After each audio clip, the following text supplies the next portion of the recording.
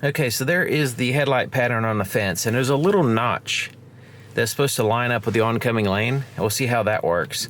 So there's the high beams, there's the low beams, and let's turn on the fog lights on and off. It's actually starting to get foggy. I don't know where this fog came from, but I guess we'll test the fog lights out a little bit.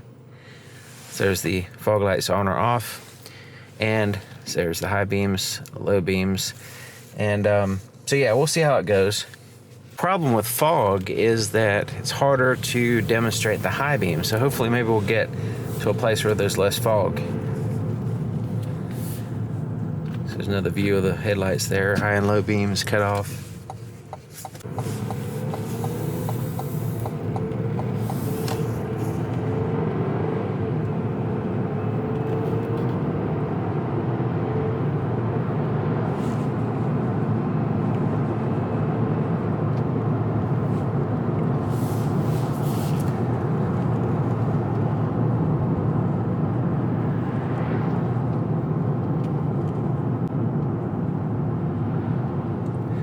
So that shadow appears,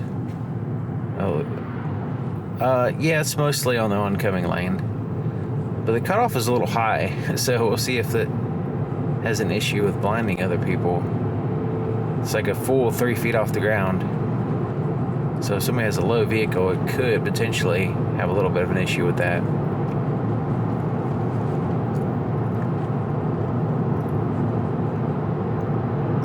But yeah, so far I can see on the sides of the road nicely. I can see the road itself good.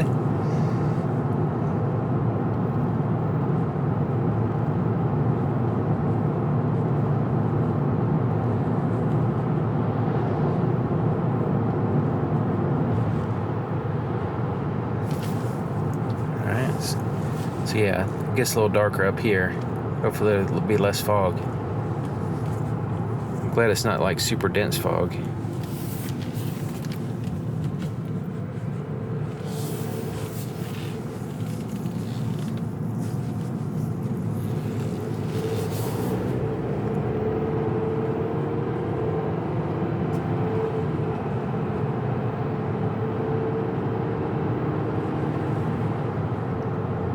Okay, so there's the low beams with the fog lights on, fog lights off. So you can see the difference there. Don't really do much right now, but I mean, it's closer to the vehicle. I can see closer to the vehicle better, so that could help out. So we'll just leave those on like that. So yeah, so far, low beams are looking good. They're a little bit patchy on the ground, on the road here, but I can see on the sides of the road great. The distance is actually pretty good too, so considering they're low beams. Nobody's flashing me. Let's go to high beams now. Oh yeah. Yeah, that's looking really good. Even though we had a little bit of fog issue here, but I can see the trees in the distance and everything. So yeah, that's looking good. Wait for this car to pass.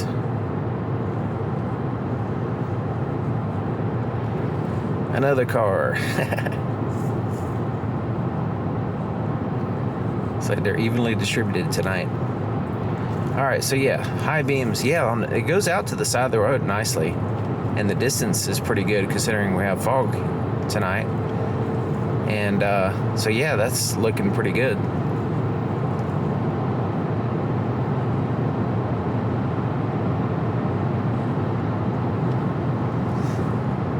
Yeah. There's no significant patchiness really. I mean, the high and low beams, since it's out of the same projector, does a good job of just like spreading that light everywhere without being,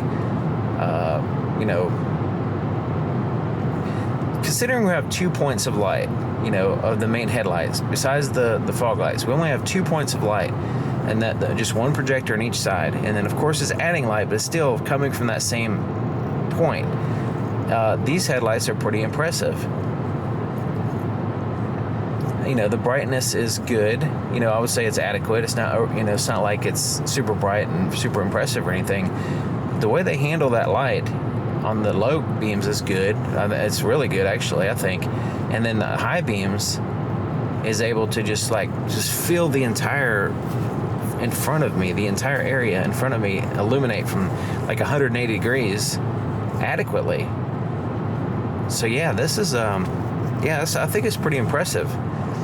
There's a little bit of, the mist of fog is getting away a little bit, but even then, it's still, I'm able to see a great distance, and the fact that it spreads it out to the sides of the road, so I can really have a good view of the sides of the road for deer and stuff like that, and that's a big deal, and that's even on the low beams. So the low and the high beams just do a great job.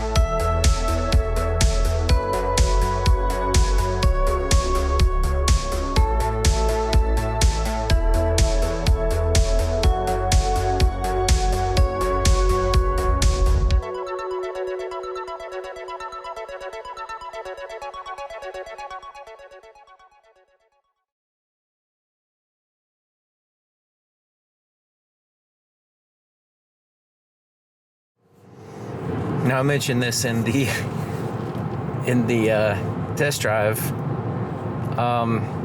The engine sound kind of takes away from the luxury feeling, It's and also the very poor lighting as far as glove box, glove compartment, the floorboard, the cargo area. Like, what's up with this? Is like totally not good. It really does hinder the ability to use the vehicle, and also the class of type of vehicle. It's a nice vehicle and has a lot of nice features, but when you start having issues with just the usability because they didn't put a light, or the light isn't bright enough, or it's not designed properly, then it's like, well, what else is not designed properly? What else did they not consider as a user? If you're not designing the vehicle for the end user, what are you designing it for? And then, so if there's like heavy misses on just basic stuff, like a little tiny light in the glove compartment or the cargo light, it's like, did they even test it? Did they even, get anybody's opinion? Is it cost cutting? How much are they actually saving by doing these things? So yeah, it's to me, little things like that, it may seem little, but when you actually have to use the cargo area for equipment and little tiny pieces that you're trying to put together, and you can't see, then it's like, well, okay, then it's a problem, right? So you have to evaluate the entire vehicle, just like the headlights. If they were like super dim and I couldn't see anything, and I hit a deer and I can't see the deer, then that's a problem too. So cargo area, glove compartment, certain areas in which is just they didn't even consider your needs. So that's why I point out these things, and not just picking on this brand. It's like a common thing where there's like hits and misses, right? Like they totally nail certain areas, but then they miss on others. It's like, well, why are they missing? Did they even test it? Are they even taking this into consideration? Biggest thing is, people don't buy cars typically at night, so they don't even know that they don't have a light in the glove compartment. They just drive it, and then when they get home, after they sign all the papers and after they get home, then they realize, oh, wait a minute, it doesn't have this, it doesn't have that, and it's like a big pain after the sale.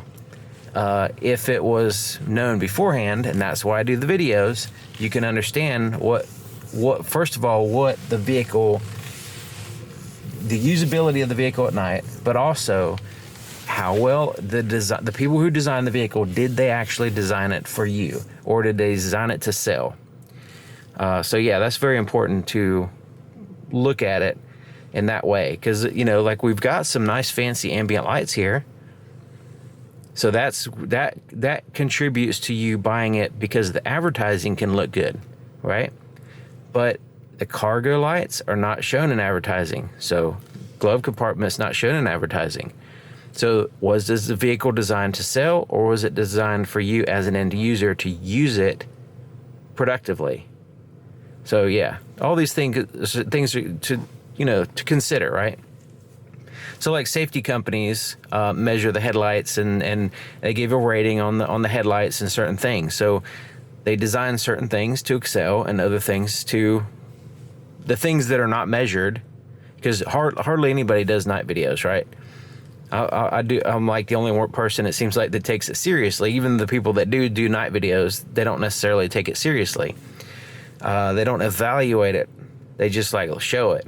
So yeah, it's all things to consider. And if you're looking for vehicles, definitely take a look at my night videos if I have one on the vehicle that you're interested in, because it shows, like some vehicles you can tell they actually took the time to make sure that the vehicle is the end user experience is positive, and it's not something that's going to show up in commercials. It's not going to show up when you're the salesman showing the vehicle, but they still put it in there anyway.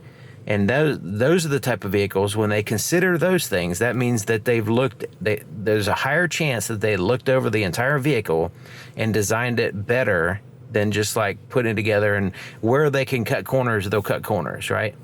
So yeah, enough ranting, enough explaining. I think you get the idea. Thanks for watching. I'll see you next time.